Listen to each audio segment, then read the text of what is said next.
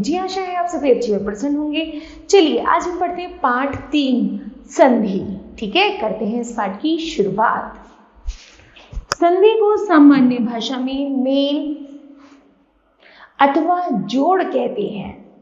जब दो शब्द पद पास पास होते हैं तो उनके उच्चारण को सरल बनाने के लिए पहले शब्द के अंतिम वर्ण व दूसरे शब्द के पहले वर्ण को मिला दिया जाता है, जिससे नए शब्द का निर्माण होता है। जैसे यहाँ पर बच्चों आप चित्र देख रहे हैं, चित्र का नाम है विद्यालय। चित्र में आपको क्या दिख रहा है? विद्यालय। विद्यालय को हम संधि अर्थात दो शब्दों को जब मिलाएंगे उसको हम संधि कहते हैं। चलिए कैसे? जैसे विद्या और दूसरा है आलय। तो विद्या का अंतिम शब्द है आ और आलय का प्रथम शब्द है आ, तो दोनों को मिला दिया तो क्या बना? बड़ा आ, तो शब्द बना विद्यालय। ठीक, उसी तरह दीपावली। तो दीप जमा अवली, दीप का पा का अंतिम वर्ण की ध्वनि क्या? आ और आ उसकी क्या है? आ, तो क्या बना? दीर्घ आ, तो शब्द बना दीपावली। ठीक है, चलिए पढ़ते हैं इसे परिभाषा के माध्यम से। वर्णों के परस्पर मेल से जो विकार परिवर्तन उत्पन्न होता है वह संधि कहलाता है। संधि विच्छेद। संधि में किए गए शब्दों को अलग अलग करने की प्रक्रिया संधि विच्छेद कहलाती है। जैसे प्रति जमा एक अर्थात प्रत्येक, सूर्य जमा उदय अर्थात सूर्योदय, महा जमा इंद्र अर्थात महेंद्र। ठीक है, आगे है संधि के भेद। संधि के 3 भेद होते हैं। पहला है स्वर संधि, व्यंजन संधि और विसर्ग संधि। सबसे पहला पढ़ते हैं स्वर संधि किसे कहते हैं? दो स्वरों के मेल से उत्पन्न विकार स्वर संधि कहलाता है। हिंदी वर्णमाला में 11 स्वर हैं। इन स्वरों में से ही जब कोई दो स्वर आपस में मिलकर विकार उत्पन्न करती हैं तो वह स्वर संधि होती है। जैसे देव जमा आलय अर्थात देवालय, उसी तरह है हिम जमा आलय अर्थात हिमालय। स्वर संधि के भेद। स्वर संधि के 5 भेद होते हैं। दीर्घ संधि, गुण संधि, वृद्धि संधि, यण संधि और अयादि संधि। सबसे पहले पढ़ते हैं हम दीर्घ संधि किसे कहते हैं? हर्ष या दीर्घ आ ई उ के पश्चात क्रमशः हर्ष या दीर्घ आ ई ओ औ आए तो दोनों के मेल से क्रमशः आ ई व उ हो जाता है तो इसे दीर्घ संधि कहते हैं। जैसे आ मिलकर बना आ और ई मिलकर बना बड़ी ई अर्थात दीर्घ ई, और उ मिलकर बना दीर्घ हो। क्या बना? दीर्घ हो। ठीक है, आगे है जैसे आ वेदक जमा अन अर्थात वेदांत, धर्म जमा आत्मा से बना धर्मात्मा, भोजन जमा आलय से बना भोजनालय, भानु जमा उदय से बना भानुदय, लघु जमा उर्मी से लघुर्मी, वधु जमा उत्सव से बना वधुत्सव और वधु जमा उर्मी से वधुर्मी। ठीक है, आगे है हरि जमा ईश से हरीश, कवि जमा इंद्र से कवींद्र, मही जमा इंद्र से महेंद्र और सती जमा ईश से सतीश। ठीक है, नंबर 2 है गुण संधि किसे कहते हैं? जब आ के पश्चात ई उ औ ऋषि आए तो इनके स्थान पर क्रमशः ए ओ अर हो जाते हैं। इसे गुण संधि कहते हैं। जैसे आ जमा ई का बना ए, उसी तरह आ जमा उ का मिलकर बना ओ, और आ जमा ऋषि से मिलकर बना अर। क्या बना? मिलकर अर। जैसे आ ई से मिलकर बना ए, ए कैसे? स्व जमा इच्छा तो बना स्वेच्छा। राजा जमा इंद्र तो बना राजेंद्र। सुर जमा ईश से मिलकर बना सुरेश और रमा जमा ईश से मिलकर बना रमेश। ठीक है, आगे है सूर्य जमा उदय से सूर्योदय, महा जमा उत्सव से महोत्सव, जल जमा उर्मी से जलोर्मी, महा जमा उर्मी से महोर्मी और सप्त जमा ऋषि से सप्त ऋषि। ठीक है, आगे है वृद्धि संधि। जब आ के पश्चात ए आए तो दोनों मिलकर ए, और जब ओ तथा औ आए तो दोनों मिलाकर आओ हो जाते हैं। यह मेल वृद्धि संधि कहलाता है। जैसे आ हो तो ए हो जाता है, आ ओ हो तो आओ हो जाता है। ठीक है, जैसे आ से ए और आ ओ से आओ हो जाता है। कैसे? चलिए पढ़ते हैं। एक जमा एक से बना अकेक, तो एक ही मात्रा है अकेक। सदा जमा ए से सदैव, मत जमा एक से मतेक्य और तथा जमा ए से बना तथे।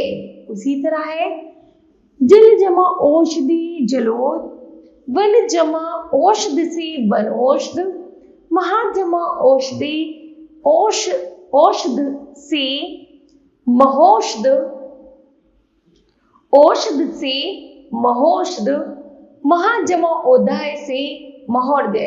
ठीक है, आगे है यण संधि। जब ई उ ऋषि के पश्चात कोई भिन्न स्वर आए तो दोनों के मेल से ए का य, ओ का व, ऋषि का रे हो जाता है। इसे यण संधि कहते हैं। जैसे ई और अन्य स्वर हो तो यह बन जाएगा, ओ से शुरू हुआ तो वह बन जाएगा, और ऋषि से हुआ तो बड़े ऊ की मात्रा लग जाएगी। जैसे ई से यह, यदि जमा अपि से यद्यपि, अति जमा आचार से अत्याचार, नदी जमा आगमन से नद्यागमन, मात्र जमा उपदेश से मात्रोपदेश।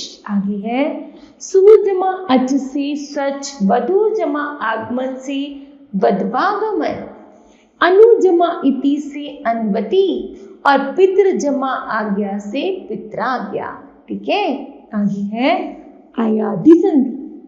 ए आए तथा ओ आओ का किसी अन्य स्वर से मेल होने पर ए का आए, आए का आए, ओ का औ तथा औ का आव हो जाता है। ये अयादि संधि कहलाते हैं। जैसे ए आए का आए, औ आए का आव, ए जमा आ का आए, ओ जमा ए का आव, ए जमा ए का आई, ओ जमा ई का अवे। ठीक है, आगे है जैसे ची जमा अन का चयन, गे जमा अक का गायक, गे जमा इका का गायिका। आगे है पो जमा अन का पवन, पाव जमा अन का पावन और पो जमा इत्र का है पवित्र। ठीक है, आगे है व्यंजन संधि। व्यंजन का व्यंजन या स्वर से मेल होने पर व्यंजन में जो विकार उत्पन्न होता है व्यंजन संधि कहलाता है। जैसे जगत जमा ईश अर्थात जगदीश, उत्त जमा जल से बना उज्जवल। इसमें एक तरफ व्यंजन है तो दूसरी तरफ स्वर है। आगे है सम जमा सार का है संसार, सत जमा गति का सदगति, दिक जमा गज का दिग्गज और सत जमा आचार का है सदाचार। ठीक है बच्चों, आगे है व्यंजन संधि के नियम। चलिए पढ़ते हैं। पहला है वर्ग के पहले वर्ण का तीसरे वर्ण में परिवर्तन। पहले जैसे क है तो क का तीसरा वर्ण क्या है? क, ख और तीसरा है गा, तो का क्या बन जाएगा? गा बन जाएगा। ठीक है, जैसे दिक जमा अंबर है तो का क्या बनेगा, गा तो बनेगा दिगंबर। दिक जमा गज का दिग्गज। उसी तरह है चा, चा का तीसरा शब्द है जा, से अच जमा अंत का अजंत, उत जमा घाटन का उद्घाटन। ठीक है, आगे है वर्ण की पहले वर्ण का पांचवें वर्ण में परिवर्तन। कैसे, का डे अड़े खाली हो जाएगा तो वाग जमा मैं का वांग में, सत जमा मार्ग का सन्मार्ग, षट जमा मास का षणमास, उत जमा नति का उन्नति। ठीक है, आगे है तैसे संबंधित नियम। ते जमा चे से मिलकर बना चच, शब्द बना उत जमा चारण का उच्चारण। ते जमा चे से मिलकर बना चच और शब्द बना तत् जमा छाया से तच्छाया। तत् जमा ता जमा जैसे मिलेगा बना जज और शब्द बना सत जमा जन बराबर सज्जन। तय जमा टा से बिना तट तो व्रत जमा टीका से बिना वृत्तिका। आगे है ते जमा डे से बिना डड तो उत जमा डयन से मिलकर बना उड्डयन। ते जमा ला से बिना लल, उत जमा लास से बना उल्लास। ते जमा हा से बना दद, उत जमा हरण से बना उद्धरण। ते जमा शय से बना वाच, उत जमा श्वास से मिलकर बना उच्छ्वास। ठीक है, आगे ये छह से संबंधित नियम। आ जमा हा छा से चच से, औ जमा छ से, जिस प्रकार आ जमा छादन से मिला आच्छादन, अनु जमा छेद से अनुच्छेद, ई जमा छह से चच बना तो परि जमा छेद से बना परिच्छेद। ठीक है, वी जमा छेद से मिलकर बना विच्छेद। ठीक, आगे है मैं से संबंधित नियम। मैं के पश्चात का से गा तक कोई भी व्यंजन हो तो वह उसी वर्ग के पंचम वर्ण जैसे अड़े ड़े ड़े ले में परिवर्तित हो जाता है। पंचम वर्ण अनुस्वर के समान प्रयोग किया जाता है, जैसे सम जमा तोष से संतोष, अहम जमा कार से अहंकार, सम जमा जैसे संचय। उसी तरह सम जमा गम से संगम, सम जमा ध्यान से संध्या और सम जमा चित्त से संचित। ठीक है, आगे है मैं के पश्चात यदि ये रे ले वे शय से है हो तो मैं अनुसार बन जाता है, जैसे सम जमा रक्षण का संरक्षण, सम जमा योग का संयोग, सम जमा रचना का संरचना। आगे है सम जमा सार का संसार, सम जमा वत का संवत और सम जमा शय का संशय। ठीक है, आगे है मैं के पश्चात यदि मैं आए तो मैं द्वित्व बन जाता है, जैसे सम जमा मति का सम्मति और सम जमा मेलन का सम्मेलन। ऋषि ऋषि के पश्चात ने आए तो वृण बन जाता है, जैसे परिजमा नाम का परिणाम, भाष जमा ना का भाषण, त्रश जमा ना का तृष्णा, ऋषि जमा ना का ऋण। ठीक है, आगे है विसर्ग संधि। चलिए पढ़ते हैं विसर्ग संधि किसे कहते हैं। विसर्ग के साथ स्वर अथवा व्यंजन का मेल होने पर जो विकार उत्पन्न होता है विसर्ग संधि कहलाता है, जैसे नमा जमाती नमस्ती, दुह जमा जन दुर्जन, नी जमा रोग का निरोग, ती जमा आकार का तिराकार और नीय जमा नय का निर्णय। आगे है मना जमा अनुकूल का मनोकूल, पुनः जना जन्म का पुनर्जन्म और तपा जमा भूमि का है तपो भूमि।